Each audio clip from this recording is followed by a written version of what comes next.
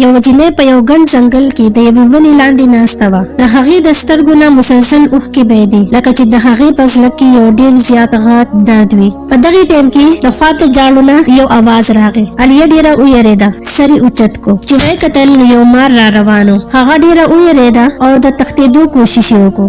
نو مار ورته په انساني اواز کې اواز ورکړو: ودرېږه جینۍ، مه یېرېږه، زه تا ته نقصان نه درکوم، بس ما په خپله دوپټه کې پټ که. زما شاته یو سپېره را روان دی، که هغه زه ونیوم نو ما به مړ کړي. جینۍ حیرانه شوه چې مار او خبرې کول، خو چې هغې وکتل نو په رښتیا سره یو سپېره را روان و. هغه زر ولګېده او مار یې د خپلې دوپټې لاندې پټ کو. لږ وخت پس سپېره راغی او جینۍ نه یې تپوس وکړو: تا خو به دلته یو مار نه لیدلی؟ عالیه ډېره ویرېده او سر یې ورته وڅنډو: نه بابا نه، ما دلته مار نه دی لیدلی. سپېره هېڅ هم ونه وی او مخې ته لاړو.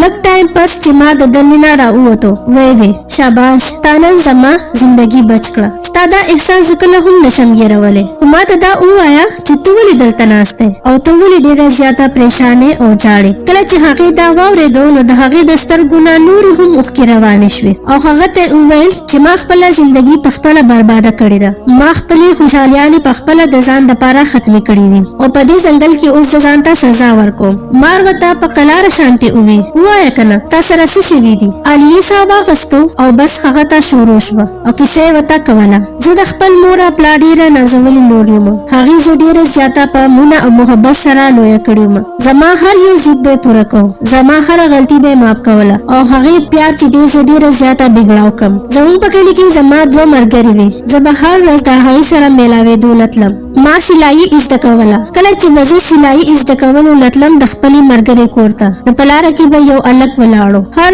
ورځ به هغه ولاړو او ما ته به یې کتل او خاندل به یې. هغه به ما ته نور هېڅ هم نه وی، خو بس کتل به یې او خاندل به یې. د څو میاشتو دپاره دا سلسله جاري وه. یو ورځ هغه هلک ولګېدو او زما لاره یې ونیوه او ما ته یې وویل چې زه تا ته څه ویل غواړم. زه هم هلته ودرېدم. هغه هلک ما ته وویل چې زه د یو وکیل زوی یم، زه ستا سره مینه کوم او ستا سره واده کول غواړم، خو ته اجازت راکړې نو زه به خپل مور او پلار ستا کور ته د رښتې دپاره راولېږم. زه حیرانه شوم، خو بیا هم زما په زړه کې یو خوشحالي شانتې پیدا شوه، ځکه چې هغه هلک چې و ډېر ښکلی و، شریف و او ما ته داسې لګېدل چې دی زما سره په رښتیا باندې مینه کوي. زه په خندا شوم. ما هغه ته وویل چې بس خپل مور او پلار راولېږه. زما یقین دی چې زما ابا به انکار ونه کړي. په هغې ورځ موږ ډېرې زیاتې خبرې وکړې او ما ته داسې محسوس شوه چې په اول ځل زما په زړه کې د چا دپاره محبت را پیدا شو. بیا څو ورځې پس د غرمې ټایمې د خالد مور او پلار زموږ کور ته رالو او زما پلار ته یې وویل چې زه ستا د لور رشته غوښتلو راغلی یم.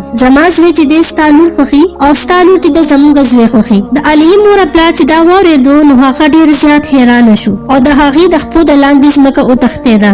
ماښام یې عالیه راوغوښته او د هغې نه یې تپوس وکړو. دې رښتیا ویل؟ عالیه ډېره زیاته ویرېده خو خپل پلار ته یې وویل چې ها، زه هم هغه سره محبت کوم. د هغې پلار چې دا واورېدو نو د هغه په مخ باندې یو عجیبه شانتي سختي راله. د هغه دپاره دا د یو طوفان نه کم نه و. د هغې پلار وویل: هغه خالد، هغه خو اواره دی، هغه خو لوپر دی، هغه خو شرابي دی او بدنام دی. څو ورځې ما په خپله په بازار کې په جګړو باندې لیدلی دی. هغه تا کله هم خوشحاله نشي ساتلی. مور ورته هم ویل چې موږ به تا د داسې هلک په حواله کړو چې هغه ستا خیال ساتي. خو لیکن عالیه چې وه هغه د محبت په نشه کې وه. هغې ویل چې نه، زما رشته به هم د خالد سره کېږي او مور او پلار یې ورته وویل چې ستا رشته هېڅکله هم دلته نشي کېدی. په هغې شپه باندې عالیه ځان په کمره کې بند کو او د سترګو نه یې اوښکې بهېدلې، ژړلې او د دیوالونو سره یې خبرې کولې. د هغې دپاره خالد صرف یو هلک نه و، د هغې دپاره خالد اوس یو محبت و. څو ورځې پس چې هغه بیا د خالد سره میلاو شوه،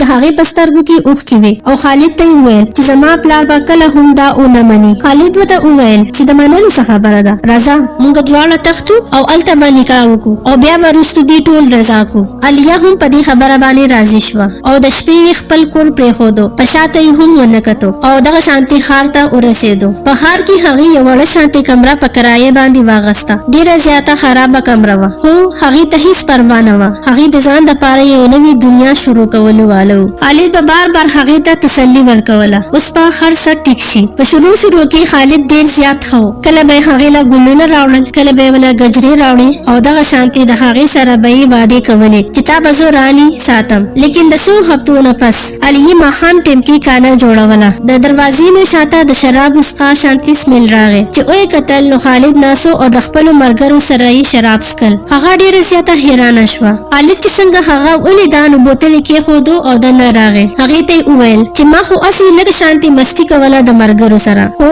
عالیه ډېره زیاته خفه شوې وه. هغې ورته وویل چې زما بابا هم ټیک خبره کوله او تا دروغ وی چې نه زه نشه نه کوم. په هغې باندې خالد له ډېره زیاته غوسه ورله. ودرېدو، هغې له یې درکه ورکړه او هغه ارتا وکړه او هغې ته یې وویل چې ته څوک یې چې زما نه د دې خبرو تپوس کوې. په دغې ټایم کې عالیې ته احساس وشو چې ما ډېر زیات غلط قدم اوچت کړی دی. ما د خپل مور پلار خبره نه وه اورېدلې او دغه شانتي خالد ورو ورو بدلېدو او په خپله مرضي سره به یې ژوند تېرو او د شپې به لیټ کور ته راتلو او چې رابغې نو د عالیې سره به یې جګړې کولې او هغه به یې وخله ټکوله. هغه ته د هیڅ شي پروا نه وه چې د دې هم څه ضرورت شته یا د دې هم څه احساسات شته. عالیې ته به خپل مور پلار او هغه کور ډېر زیات یاد راتلو خو د هغې دپاره اوس په زړه کې یو امید هم نه. دغه شانتي ورځې تېرېدې. عالیه چې وه هغه د ماشوم ناجوړه هم شوه. په 5مه میاشت کې هغه لاړه ډاکټر له او چې الټراساونډ یې ورته وکړو نو هغې ورته وویل چې ستا به لور کېږي. د دغې ورځ نه د عالیې زندګي بالکل بدله شوه. کله چې کور ته راله خالد ته پته ولګېده چې زما به لور کېږي نو هغه وویل چې دا لور به دې دنیا ته نه راځي. فورن هسپتال ته لاړه شه او دا لړکه. هغې ورته وویل چې نه، دا ماشوم چې دی دا خو زموږ د محبت نشاني ده. ستا نه یې شو څنګه موږ د یو بل سره میلاو شوي وو او څنګه موږ بل قدم اوچت کړی وو. خو خالد باندې د دې خبرو هیڅ اثر هم ونه شو. یو ورځ خالد ولګېدو او په زور یې هغه اسپتال ته بوتله او هغې ته یې وویل چې که تا څه شور مچاو کو نو بیا به ستا خیر نه وي او زر تر زر به دا بچي ضایع کو. خو عالیې وویل چې نه، دا زما بچی دی او زه هم دا پیدا کول غواړم. عالیه د خالد نه د بچ کېدو دپاره د هغه اسپتال نه وتښتېده. هغه تله او یو ځنګل ته ورسېده. ځنګل چې و د کلي نه ډېر لرې و او ډېر زیات ګڼ ځنګل و. خلکو به د هغې ځنګل په باره کې ډېرې کهانیانې اورولې خو هغې ته د دې شیزونو هیڅ پروا نه وه. هغه صرف د خپل بچي په بچ کولو کې وه. هغه چې څنګه ځنګل ته ورسېده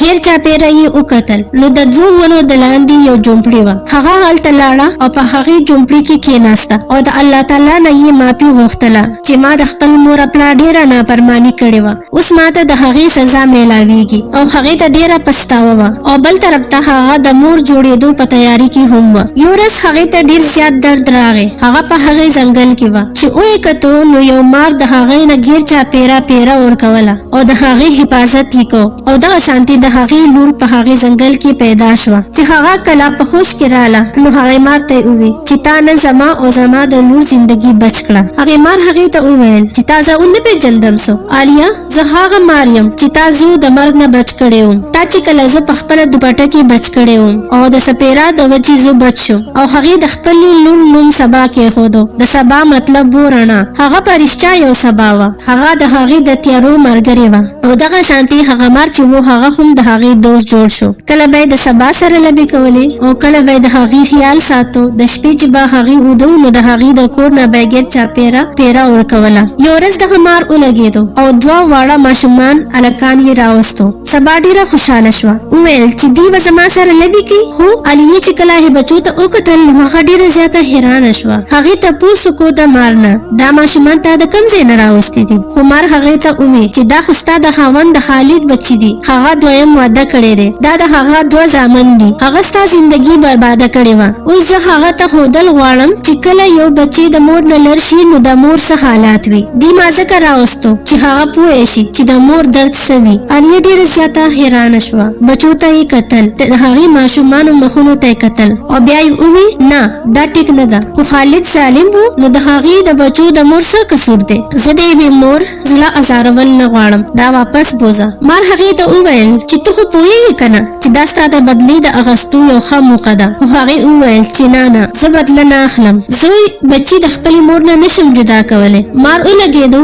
سر یې کته کو او بچي واپس بوتلل. کله چې خالد خپل ورک شوي بچي ولیدو نو هغه د پاگلانو په شانتي په چړا شو او په لومړي ځل هغه ته دا احساس وشو چې د اولاد ورکېدل څومره ګران وي. دغه شانتي کلونه تیر شو. هغه جومپړي، هغه ځنګل، هغه شانتي و. سبا ځوان شوه. د هغې په پزله کې ډیر امیدونه وو او عالیه چې وا هغه بوډۍ شوې وه. هغې مار به هغه شانتي د هغې حفاظت کو. سبا به هغه ته په شپه کې وي ای مرګریه ته ستړی کېږې نه؟ او سام په خندا شو. یو ورځ په یو ځنګل کې عجیبه شانتي اواز راغی. د یو سړي سلګۍ په زوره زوره راتلې. عالیه د جومبړي نه بهر راله او ویې کتل. یو بوډا سړی را روانو. پې یې خرابې وې، کپړې شلېدلې وې او په جامو او په سر یې سمه خاوره اولوتې وه. هغه بل څوک نه و، هغه هم خالد و. هغه خالد چې عالیه د خپل زندګي نه او د کور نه وباسلې وه. خالد چې څنګه عالیه ولیده نو هغه ډېر زیات حیرانه شو او هلته کې په ځمکه باندې پرېوتو او خاورې راغستې او په خپل سر یې اچولې او عالیه ته وویل چې ما ستا سره ډېر زیات ظلم کړی و خو الله تعالی ماله د هغې سزا راکړه. عالیه یو غټ ساه واغستو او خالد ته یې وویل چې ما ستا دپاره کله هم بددعا نه وه کړې، خو چې تاسې زما د لور سره کړي وو هغه زخم اوس هم لا تازه دی. خالد ډېر زیات په ژړا شو او عالیه ته وویل چې ما معاف، زما زامنو زه د کوره راوباسلی یم، څنګه چې زه بیمار شم نو هغې ماله دکې راکړې او زه یې د خپل کوره راوباسلم. زه د څو ورځې نه اوږې یم، تږې یم او ډېر زیات لاچاره یم، زما هېڅوک سهاره نشته. خو عالیه هغه ته وویل چې دا ټوله ستا د ګناهونو سزا ده. کو تا په هغې وخت کې لور او زوی نه کولی نو نن به ستا سره داسې نه کېدو. تا یوه لوره بوج ګڼلې وه، د هغې محبت نن تا ته نشي میلاویدی. هغه وخت سبا هم د جومپړي خواته راله چې خالد هغې طرف ته وکتو نو زر یې هغه په ځان پورې نیولو کوشش وکړو.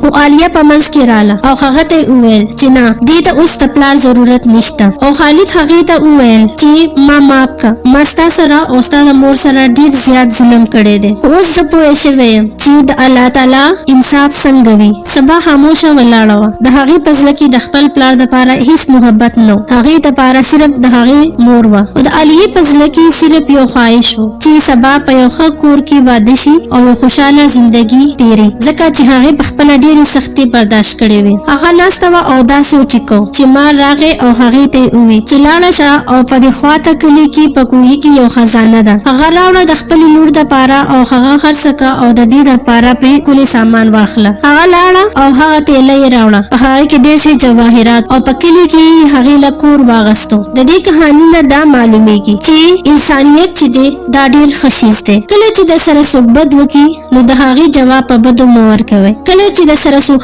بد وکړي نو د هغې جواب په نیکۍ سره ورکوئ او د هر چا سره احسان او نیکي او بلایي کوئ. ملګرو کو تاسو ته دا کیسه خوښه راغلې وي نو زما چینل سبسکرایب کړئ او د خپلو ملګرو سره یې شیر کړئ.